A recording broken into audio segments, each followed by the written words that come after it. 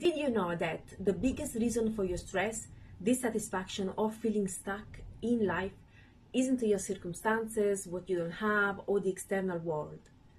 What if I told you the problem is in you and it's called inertia? Think about it. Inertia is keeping you static when you were born to move forward.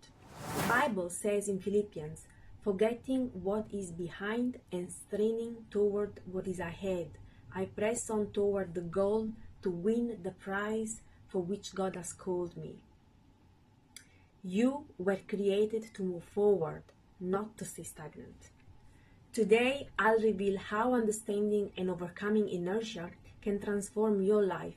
So stay with me and let's ignite that spark together. But first, let me introduce myself. If you are new here, my name is Cinzia, and for many years I lived without a definite purpose. But one day, not so long ago, everything changed. I snapped out of inertia and began my journey of transformation, and I want you to join me. If you are 40 plus and wondering what on earth am I here for, you are in the right place. And on this channel, I will help you clarify your identity, uncover your God-given purpose, and help you live a fulfilling life of abundance that God has planned for you. The Bible reminds us in Jeremiah, "For I know the plans I have for you, declares the Lord, plans to prosper you and not to harm you, plans to give you a hope and a future." If that sounds good to you, then hit that subscribe button so we can take this journey together. Okay, the universe is mathematical and God has designed it that way. And the price of inertia is steep. Isaac Newton's first law of motion, better known as the law of inertia, teaches us this. A body at rest stays at rest.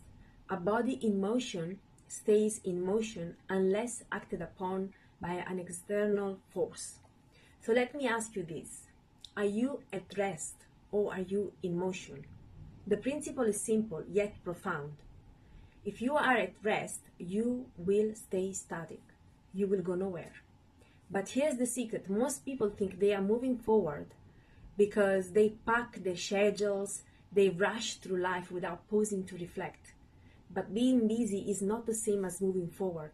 In fact, staying in motion at the same speed or going in circles, being stuck in a rut, that's still inertia. What you need is an external force to push you forward. And the good news is that that force is available to you. In the Bible, it says in Isaiah, "Those who hope in the Lord will renew their strength. They will soar on wings like eagles. They will run and not grow weary. They will walk and not be faint." God is the ultimate source of your momentum. Did you know that a commercial airplane burns the most fuel just to take off? The initial burst of energy is where most of the effort lies. And it's the same in life. Most people never leave the ground because their fuel tank is empty. How about you? Is your tank ready for liftoff? Are you relying on your own strength or are you letting God fill your tank with His fuel? In Philippians, Paul reminds us, "I can do all things through Christ who strengthens me." With Him, you will have the fuel that you need. Here is another example of inertia. Think of a bus starting from a stop, and the passengers, they lurch backwards when it begins to move. And similarly, when the bus suddenly brakes, everybody lurches forward. That resistance, that's inertia. It's not just about being still, it's about resisting change even when that change is for your own growth. The truth is, you are your biggest obstacle. You resist the very progress you desire because it feels uncomfortable. But here is the good news. You don't need a massive change to break inertia. You just need to start. Remember in Zechariah 4:10 it says, "Do not despise these small beginnings, for the Lord rejoices to see the work begin." So small, consistent steps, they create momentum. You need to start to treat your life like a project. Every successful project has some essential steps. The first step Identify what you need, your resources, your time, your effort. Ask yourself, what has God placed in my hand today? In Proverbs 16:3 it says, commit to the Lord whatever you do, and He will establish your plans. Then write it all down. What's your goal? What's your dream? What's your vision? Writing down crystallizes your intent.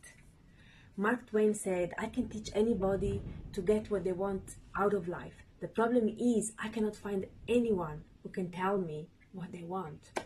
Until you sit down and search your heart and write it all down, you may think you know what you want, but you really don't.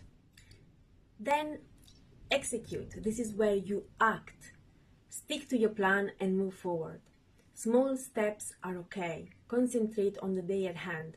The Bible reminds us in Matthew, do not worry about tomorrow, for tomorrow will worry about itself. Each day has enough trouble of its own. You only have to focus on the 24 hours before you. Focus on what you can get done today. Then, at the end of each day, check if you are on track. If not, do not hesitate to go back and recalibrate. There is no shame in adjusting the course. God's mercy and God's grace allow you to realign and move forward. Remember, mercy is not getting the evil you deserve, and grace is getting the good you don't deserve. Finally, reflect and learn from the process. Celebrate your progress, however small it is, and watch it pile up into the next phase of your life. The biggest mistake people make is this: treating your life casually, without intention or planning. Your life is your most important project, and it's the one God has assigned to you.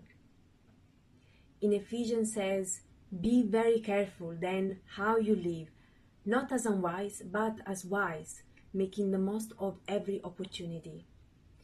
Write it down, commit to it. So here is my challenge for you.